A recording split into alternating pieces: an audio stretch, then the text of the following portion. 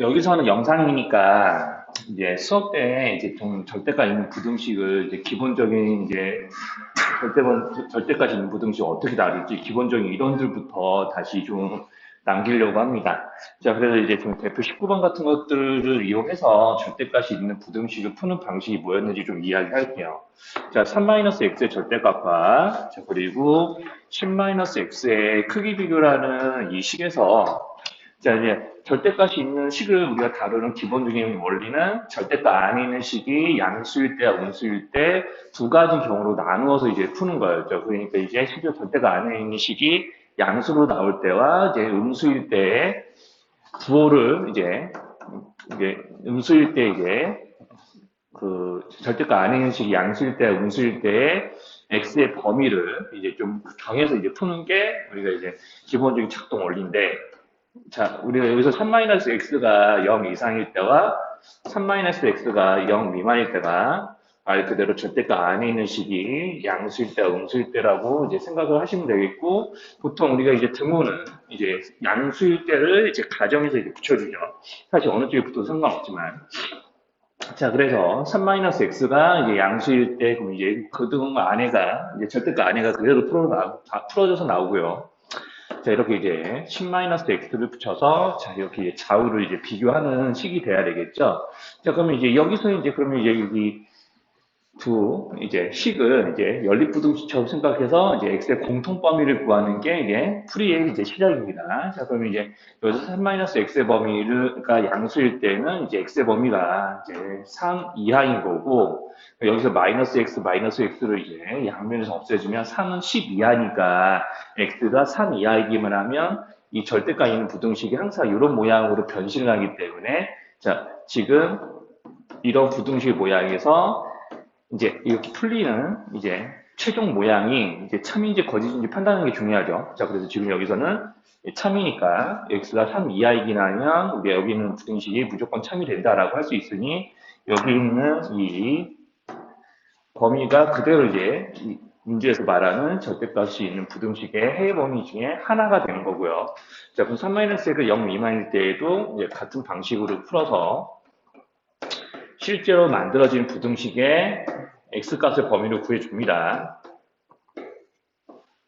자, 그러면 이제 이렇게 되죠. 자, 그래서 이제 x가 2분의 13 이하니까, 자, 여기서 2분의 13 이하라는 해가 나오는 것은 여기 보이는 3-x가 0보다 작다 해서 x가 3보다 크기 때문에 이런 부등식의 모양이 만들어지고, 거기서 이제 x의 제한 범위가 2분의 13 이하라고 했으니, 무조건 3보다 크면서 동시에 이 범위로 만족을 해야 되는 거죠. 그러니까 이것만 만족하는 상황도 아니고, 자, 이런 부등식, 이런 x의 범위가 나오려면은 이제 이렇게 3-x가 0 미만이라는 전제 조건이 깔려 있어야 되는 거기 때문에 우리 여기 있는 두 부등식의 공통 범위인 3초가 2분의 13 이하를 이제 해로 이제 생각을 할 수 있어요. 자, 그럼 우리가 여기 있는 첫 번째 부등식에서 이제 1번 모양, 2번 모양이 모두 다 가능하기 때문에 여기 있는 두 범위를 모아서 얘네들이 실제로 x가 2분의 13 이하구나라고 그 범위를 쓰게 되는 거죠. 자, 그래서 이제 그렇게 범위를 구해서 이제 문제들을 이제 만들어 주시면 됩니다. 그래서 이제 결국에는 이 범위를 모으기 하는 게 이제 최종 단계인 거죠. 그래서 절대값이 있는 부등식의 풀이는 기본적으로 절대값 안에 있는 식이 한 개면은 한 개인 대로, 두 개면 두 개인 대로 각각이 양수일 때, 음수일 때 범위를 따져서 나오는 이제 실제 만들어지는 부등식과 이제 절대값 안에 있는 식이 양수냐 음수냐를 나타내는 부등식을 짝지어서 연립부등식처럼 이제 풀고 그런 연립부등식 여러 개를 푸는 게 절대값 있는 부등식을 푸는 방법이었어요. 자, 그런 게 2차식이 되더라도 달라지지 않는다는 거죠.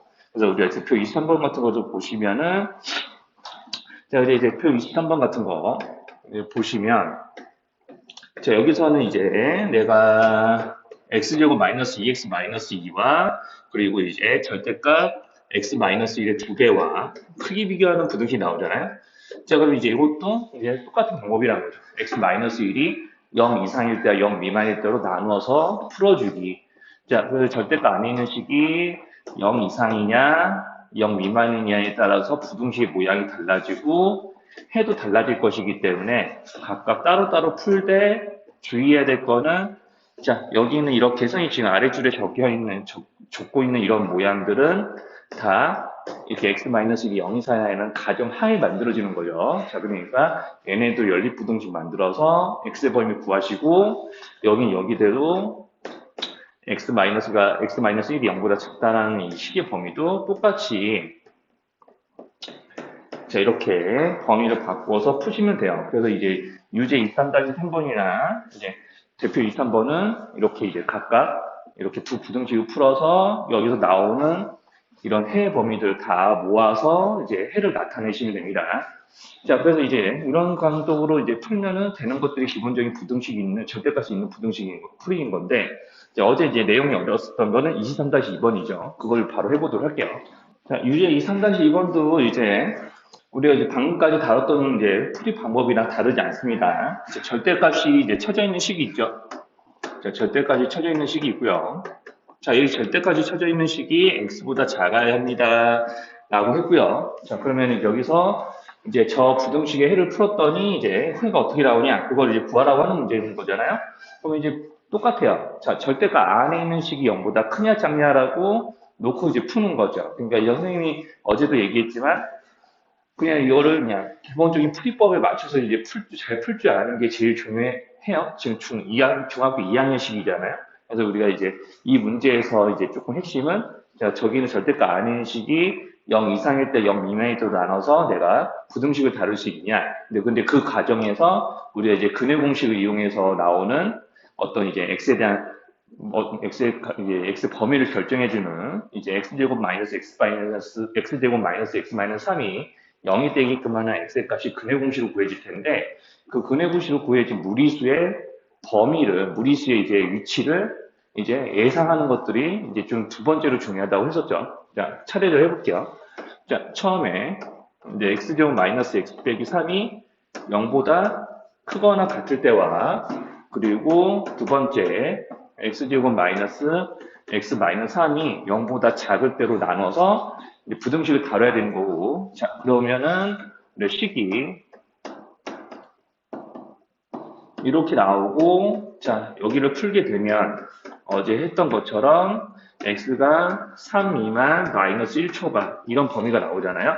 자, 그러면 이제 여기까지 뭐 풀이가 어려운 건 아니죠. 그러면 이제 여기는 이 모양을 푸는 것 자체가 어려운 게 아니라 내가 여기는 이걸 만족하면서 이것도 만족해야 되는 상황이니까 여기 x제곱 마이너스 x 마이너스 3이 0 이상인 때를 구해야 되는 게 이제 문제인 거예요. 그래서 이제 실제로 요 식이 0이 될 때 x 값을 구해야 되잖아요. 그걸 이제 근해 공식으로 구하게 되면 x가 2분의 1 플러스 루트 14 또는 2분의 1 마이너스 루트 13 이렇게 두 가지 값으로 튀어나올 텐데 이 두 가지 수를 수직선에 표시했을 때 어떤 위치에 있을 수 있는지 그거를 이제 예상해서 이제 푸셔야 돼요. 왜냐하면 자 내가 여기서 마이너스 1보다는 크고 3보다 작습니다라는 이 범위를 이렇게 표시했다고 했을 때 이것이 다 여기 있는 첫 번째 부등식이 해가 되는 건 아니잖아요. 자, 그러니까 여기 있는 얘네들은 x의 값이